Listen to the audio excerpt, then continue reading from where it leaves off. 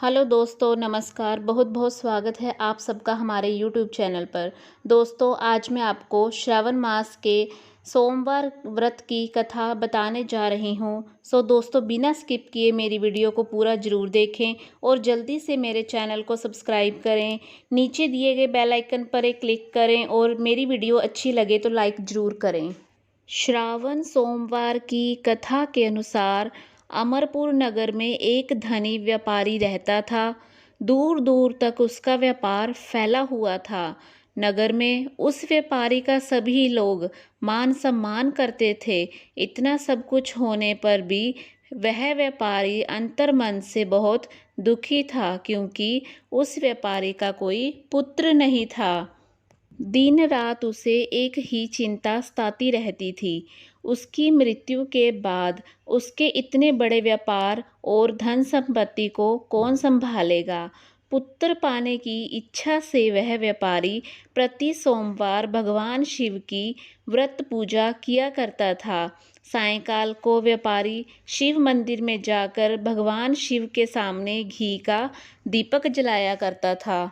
उस व्यापारी की भक्ति देखकर एक दिन पार्वती ने भगवान शिव से कहा, हे प्राणनाथ, यह व्यापारी आपका सच्चा भक्त है।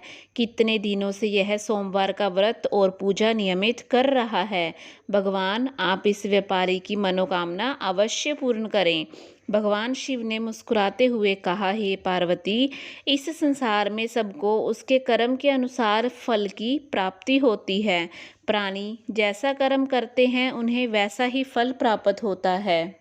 इसके बावजूद पार्वती जी नहीं मानी। उन्होंने आग्रह करते हुए कहा, नहीं प्राणनाथ, आपको इस व्यापारी की इच्छा पूरी करनी ही पड़ेगी। यह आपका अन्याय भगत है। प्रति सोमवार आपका विधिवत व्रत रखता है और पूजा अर्चना के बाद आपको भोग लगाकर एक समय भोजन ग्रहण करता है। आपको इसे पुत्र प्राप्ति का वरदान देना ही होगा। पार्वती का इतना आग्रह देखकर भगवान शिव ने कहा, तुम्हारे आग्रह पर मैं इस व्यापारी को पुत्र प्राप्ति का वरदान देता हूँ, लेकिन इसका पुत्र 16 वर्ष से अधिक जीवित नहीं रहेगा। उसी रात भगवान शिव ने स्वप्न में उस व्यापारी को दर्शन देकर उसे पुत्र प्राप्ति का वरदान दिया और उसके पुत्र के 16 वर्ष तक जीवित रहने की बात भी बताई।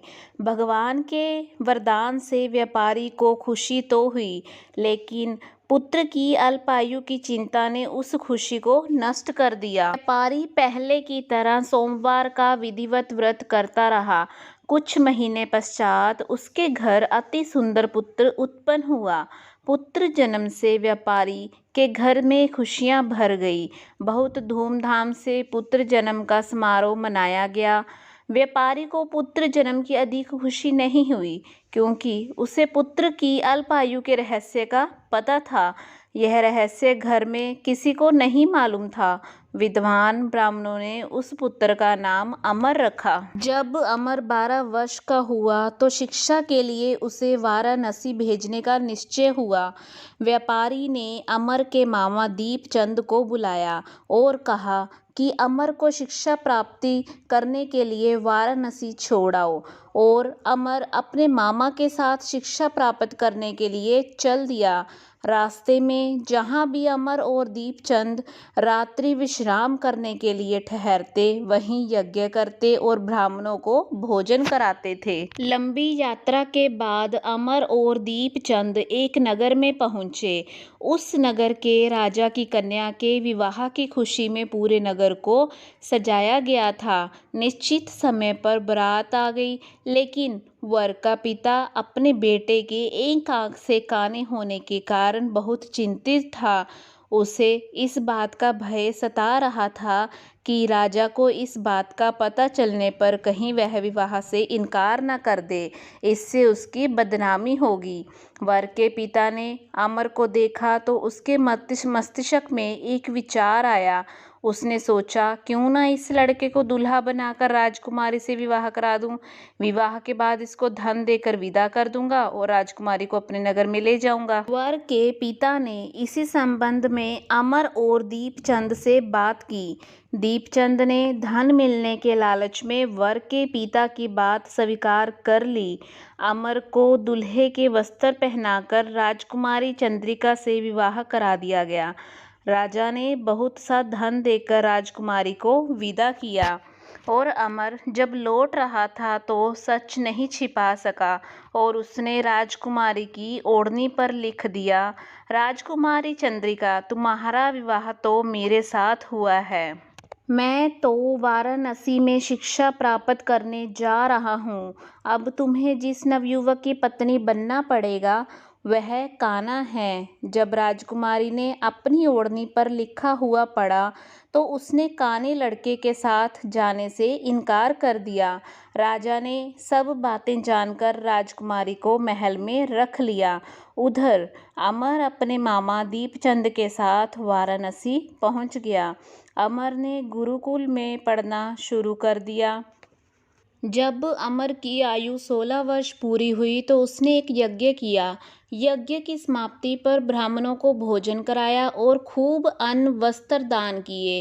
रात को अमर अपने शयन कक्ष में सो गया और शिव के वरदान के अनुसार शयना अवस्था में ही अमर के प्राण पखेरु उड़ गए। सूर्योदय पर मामा अमर को मृत्यु देखकर रोने पीटने लगा और आसपास के लोग भी एकत्रित होकर दुख प्रकट करने लगे। मामा के रोने विलाप करने के स्वर समीप से गुजरते हुए भगवान शिव और माता पार्वती ने भी सुने।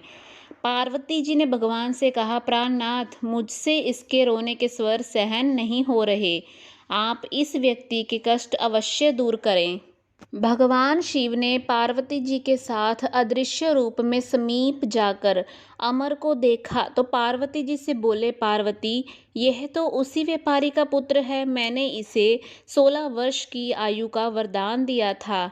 इसकी आयु तो पूरी हो गई। पार्वती जी ने फिर भगवान शिव से निवेदन किया कि हे प्राणनाथ, आप इस लड़के को जीवित करें, नहीं तो इसके माता पिता पुत्र की मृत्यु के कारण रो रो कर अपने प्राणों का त्याग कर देंगे। इस लड़के का पिता तो आपका परम भक्त है, वर्षों से सोमवार का व्रत करते हुए आपको भोग लगा रहा है। पार्वती के आग्रह करने पर भगवान शिव ने उस लड़के को जीवित होने का वरदान दिया और कुछ ही पल में वह जीवित होकर उठ बैठा। शिक्षा समाप्त करके अमर मामा के साथ अपने नगर की ओर चल दिया। दोनों चलते हुए उसी नगर में पहुँचे जहाँ अमर का विवाह हुआ था और उस नगर में भी अमर ने यज्ञ का आयोजन किया। समीप से गुजरते हुए नगर के राजा ने यज्ञ का आयोजन देखा। राजा ने अमर को तुरंत पहचान लिया। यज्ञ समाप्त होने पर राजा अमर और उसके मामा को महल में ले गया और कुछ दिन उन्हें महल में रखकर बहुत सा धन वस्त्र देकर राजकुमारी के साथ विदा किया। रास्ते में सुरक्षा के लिए राजा ने बहुत से सैनिकों को भी साथ भेजा। दीपचंद ने नगर में पहुंचते ही एक दूत को घर भेजकर अपने आगमन की सूचना दी और अपने बेटे अमर के जीवित वापस लौटने की सूचना से व्यापारी बहुत प्रसन्न हुआ। व्यापारी ने अपनी पत्नी के साथ समय को एक कमरे में बंद कर रखा था। भूखे प्यासे रहकर व्यापारी और उसकी पत्नी बेटे की प्रतीक्षा कर रहे थे और उन्होंने प्रतिज्ञा कर रखी थी कि यदि उन्हें अपने बेटे की मृत्यु का समाचार मिला तो दोनों अपने प्राण त्याग देंगे। व्यापारी अपनी पत्नी और मित्रों के साथ नगर के द्वार पर पहुंचा। अपने बेटे के विवाह का समाचार सुनकर पुत्र वधू राजकुमारी चंद्रिका को देखकर उसकी खुशी का ठिकाना न रहा। उसी रात भगवान शिव ने व्यापारी के स्वप्न में आकर कहा, हे श्रेष्ठी, मैंने तेरे सोमवार के व्रत करने और व्रत कथा सुनने से प्रसन्न होकर तेरे पुत्र को लंबी आयु प्रदान की है। व्यापारी बहुत प्रसन्न हुआ। सोमवार का व्रत करने से व्यापारी के घर में खुशियां लौट आई। शास्त्रों में लिखा है कि जो स्त्री पुरुष सोमवार का विधिवत व्रत करते और व्रत कथा सुनते हैं, उनकी सभी इच्छाएं पूरी होती हैं।